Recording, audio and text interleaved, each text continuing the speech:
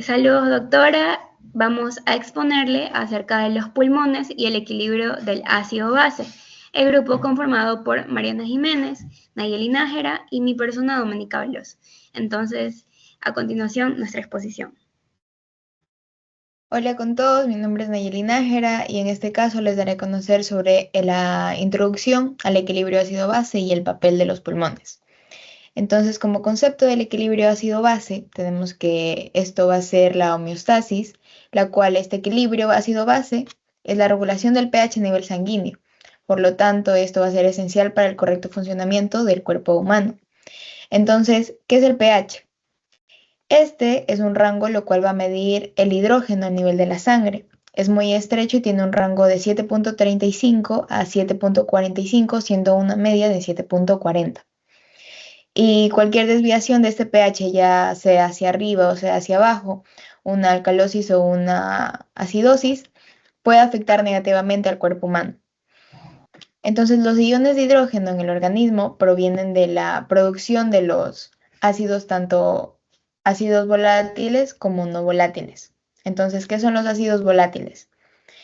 Va a ser el dióxido de carbono, lo cual lo expulsamos al momento de respirar, en donde este es producido por el metabolismo de las células, la cual es eliminado por los pulmones. En cambio, los no volátiles van a ser los resultantes de los metabolismos de las proteínas, ácidos grasos y otros compuestos, y estos van a ser los riñones. Entonces, la función de los pulmones y los riñones, estos dos son órganos principales para la regulación del pH antes mencionado. Los pulmones van a ser eliminan el CO2 mediante la respiración, la cual es un ácido volátil. Por lo tanto, estos ayudan a controlar el nivel de hidrógeno en la sangre de manera rápida. En cambio, los riñones, que son los ácidos no volátiles, regulan la concentración del bicarbonato. Entonces, a continuación les voy a explicar una imagen. ¿Qué sucede en esta imagen? Nosotros a nivel de los órganos generamos la conversión del CO2, el cual se combina con el agua generando un ácido. ¿Cuál ácido? El ácido carbónico. Y en este paso va a actuar la anhidrasa carbónica, que más adelante mi compañera les dará a entender lo que es. Entonces, este ácido carbónico se va a cambiar en bicarbonato y un ion de hidrógeno libre.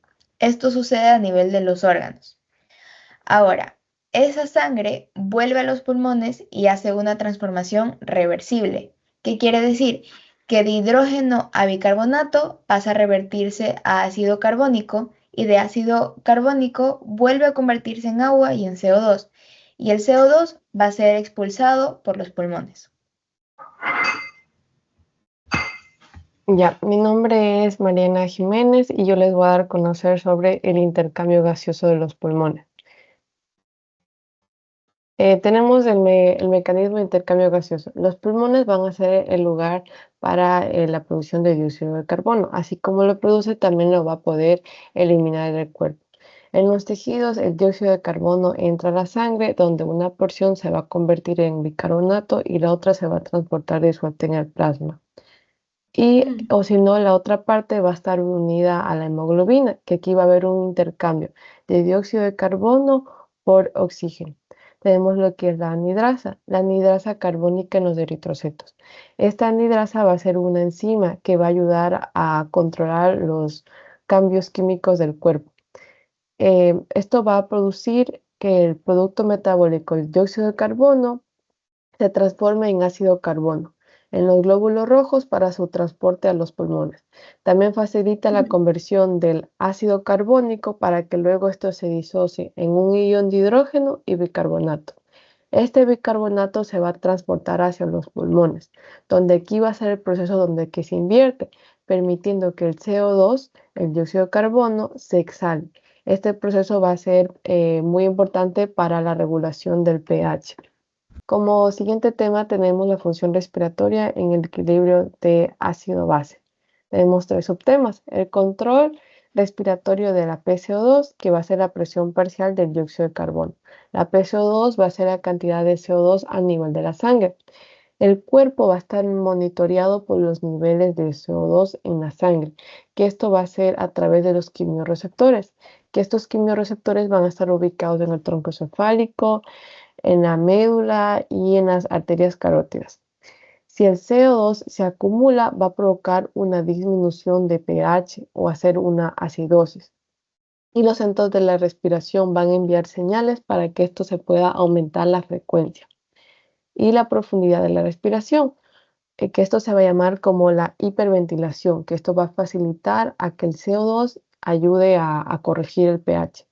Tenemos la hiperventilación, que va a ser la alcalosis respiratoria. La hiperventilación va a ser una respuesta a la acidosis metabólica. Esto va a ser debido a la ansiedad y esto se va a poder disminuir en las concentraciones de CO2 en la sangre, elevando el pH y va a producir una alcalosis respiratoria. Como último tenemos lo que es la hipoventilación y acidosis respiratoria. Como nos dice el nombre, hipoventilación se va a producir más respiración. Entonces, si tenemos CO2 y el CO2 no se elimina adecuadamente, enfermedades se van a ver afectadas como respiratorias crónicas, como la EPOC, el pH se va a disminuir y esto va a provocar una acidosis respiratoria. Listo, entonces yo les voy a hablar acerca del punto número 5, que son las compensaciones metabólicas y respiratorias. La primera compensación va a ser la compensación renal para acidosis respiratoria. Esta compensación se da cuando la acidosis respiratoria es prolongada, como por ejemplo en pacientes que tienen enfermedades respiratorias crónicas. Como respuesta a estas enfermedades crónicas, va a haber un aumento de la acción de los riñones que va a aumentar también la reabsorción del bicarbonato. Es decir, se absorbe más bicarbonato y también se va a excretar muchísima más cantidad de hidrógeno, porque recordemos que lo que hace ácido al pH de la sangre es la cantidad de hidrógeno que se concentra.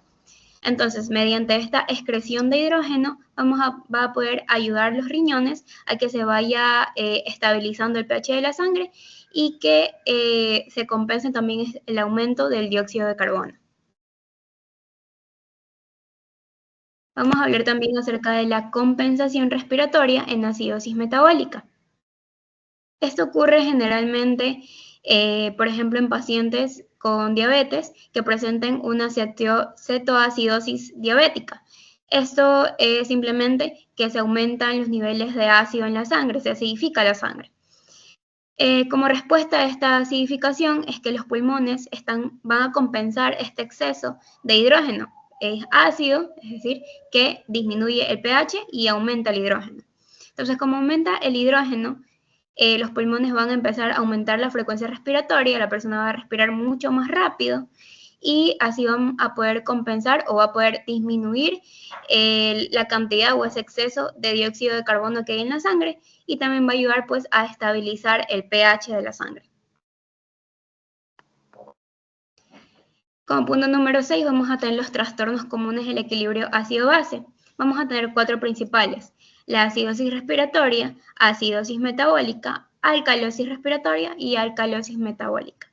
Entonces, debemos comprender que siempre que nos referamos a una acidosis, significa una disminución del pH y una alcalosis, un aumento del pH de la sangre. Entonces, este cuadro que podemos ver en la diapositiva resume perfectamente los trastornos comunes del equilibrio ácido-base. Entonces, primero vamos a tener la acidosis metabólica. La acidosis metabólica, como su nombre lo indica, acidosis, disminuye el pH de la sangre, y la alteración primaria es que, como estamos hablando de metabólico, y pues ahí estamos refiriéndonos al riñón, y lo principal que sintetiza el riñón es el bicarbonato. Entonces, por lo tanto, si es acidosis, está disminuyendo el bicarbonato de la sangre. Esa es la alteración primaria. Y la alteración compensatoria va a ser que también disminuye el dióxido de carbono en la sangre. Una acidosis metabólica ocurre generalmente en personas que están perdiendo bicarbonato y que están acumulando un exceso de ácidos no volátiles. Vamos a tener también la alcalosis metabólica. alcalosis, es decir, que el pH aumenta, y la alteración primaria es que también el bicarbonato va a aumentar, porque otra vez les repito, metabólica, estamos hablando del riñón, lo principal que sintetiza el riñón es el bicarbonato. Y la alteración compensatoria va a ser un aumento del dióxido de carbono. La alcalosis metabólica generalmente se da en personas que están teniendo pues un vómito prolongado o también que están haciendo uso excesivo de los diuréticos. Tenemos la acidosis respiratoria. Acidosis está disminuyendo el pH de la sangre, y respiratoria nos referimos a los pulmones. ¿Y qué es lo principal que controla los pulmones? El dióxido de carbono. Entonces, la acidosis generalmente se da por un exceso de hidrógeno en la sangre. Entonces, por eso también va a aumentar el dióxido de carbono en la sangre. Y como alteración compensatoria vamos a tener también un aumento del bicarbonato en la sangre.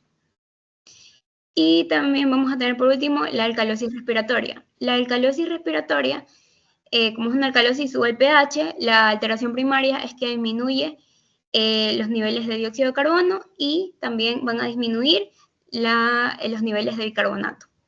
La alcalosis respiratoria generalmente se da en personas que tienen ansiedad, que están sufriendo de fiebre, porque así se va perdiendo mucho más rápido el dióxido de carbono. Relevancia clínica, vamos a tener, por ejemplo, los diagnósticos con gasometría arterial. Esto es simplemente una prueba de la sangre donde se extrae pues, sangre directamente de las arterias, y es esencial, es muy importante porque va a medir los niveles de pH, de dióxido de carbono y de bicarbonato que hay en la sangre. Es de relevancia porque identifica los trastornos del ácido base, que son los que les nombré anteriormente, y pues va a servirnos para guiar el tratamiento. Continuando con las enfermedades, tenemos la implicación de enfermedades respiratorias. Tenemos las enfermedades como la enfisema, la fibrosis pulmonar y el síndrome de dificultad respiratoria aguda. Va a afectar precisamente para el intercambio gaseoso y dificultando la eliminación del CO2. Gracias. Gracias.